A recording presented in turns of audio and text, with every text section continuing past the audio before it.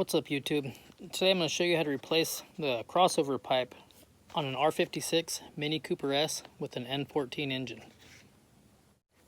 If you haven't already, go ahead and hit that subscribe button and stick around. You're going to want to watch this whole video. Okay, first thing you're going to want to do is you're going to want to remove your thermostat housing.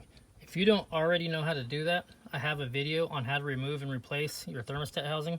I'll link to that in the description, or you can just search my videos on my page. They're in the how-to section in the playlist, and you should have no trouble finding it. Okay, once you have your thermostat housing removed, you're just going to reach down in here. You're going to grab onto the water pipe. Oops. And gently work it out. You don't want to break it.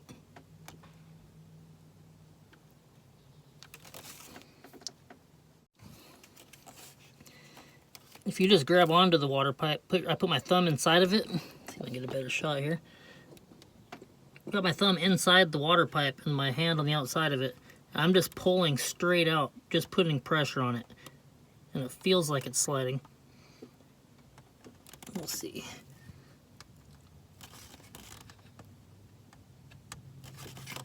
Maybe not. Yeah, just keep on pulling on it.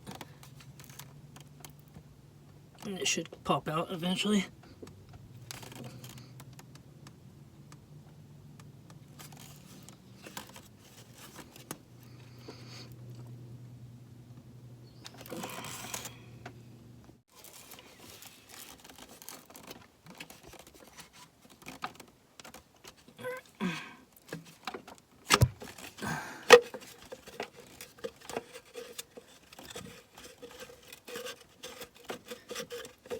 Feels like it's out, but it still caught on something.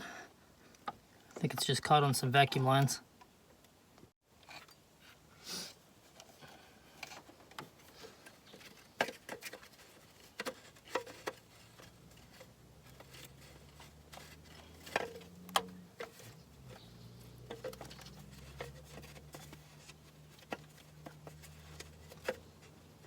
Yeah, there's a vacuum line that's actually attached underneath the intake manifold.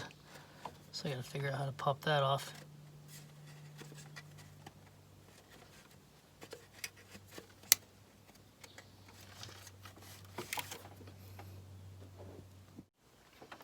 Okay, so underneath the intake manifold, you're gonna have this little tab right here. And inside that tab, there's gonna be a little clip. It's just like one of these things, you know, that you have right here on your firewall. It fits in the same way. It's just a little square that fits through that hole. If you get the screwdriver down this way, you reach in with your hand and then you just pop it off with the screwdriver. That's what I did. You're gonna wanna do it from the where the driver's side wheel is. That's where I was standing, and I just stuck my hand, you know, underneath there, and then I put the screwdriver right underneath the high pressure fuel pump. It went straight in that way, and then I grabbed onto the end of the screwdriver with my hand and used it as a pry.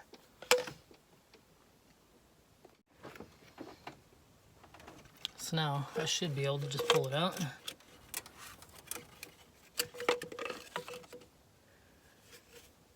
And there it is.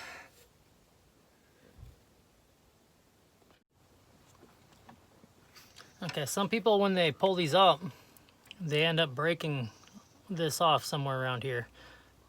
And it stays inside the water pump.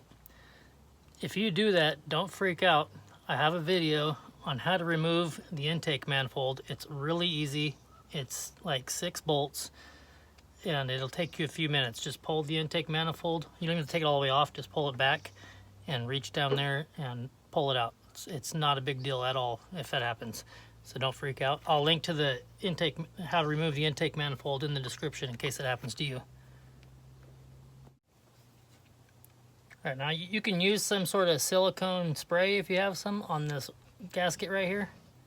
I don't have any, or I would use it, but I'm gonna try to go in dry with this. See what happens.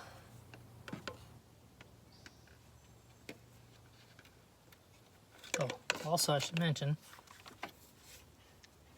it goes in like this. And the reason it has to go in that way is so that the pin can sit in there right, and obviously so it lines up.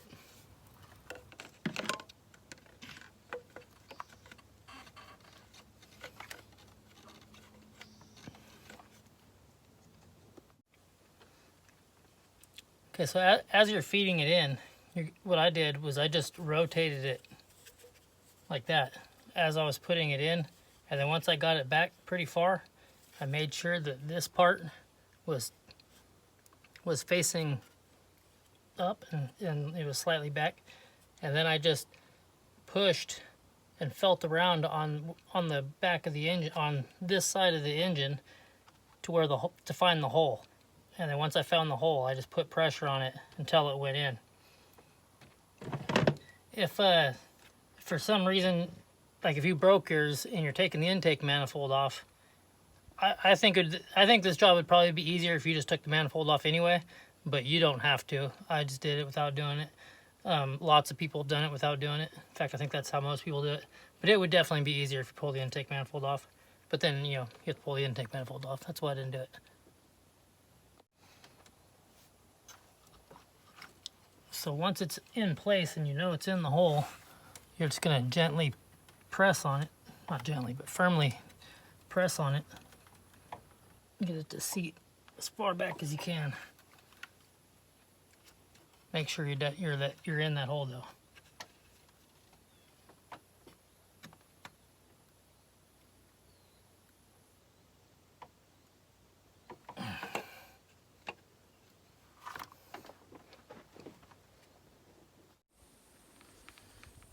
Okay, so once this is my old water pipe, but once your new water pipe is into the water pump, it might not go all the way in. It's probably just going to be sitting there. So make sure it's in the hole. It doesn't have to be all the way in. What you're going to do when you put your thermostat housing back on, it's obviously my old thermostat housing, you're going to line it up in the hole, and you're going to use the thermostat housing to push the water pipe in. And the way you're going to do that is when you put the bolts in, you know, follow my other video on how to install the thermostat housing, but when you tighten them, try to tighten them in so that the whole thing comes in evenly. Start with one, and then when you see the other one start to come loose, you know, tighten them and just go around. It's, you know, might take you a lot of passes, but it'll push it in evenly, and it'll set your water pipe in exactly how it's supposed to go. All right, once you get that in, go ahead and follow the rest of the steps on the how to replace the thermostat housing video, and then fill your coolant system, bleed your coolant system, and if you haven't already, hit that subscribe button, and then I'll catch you in the next video.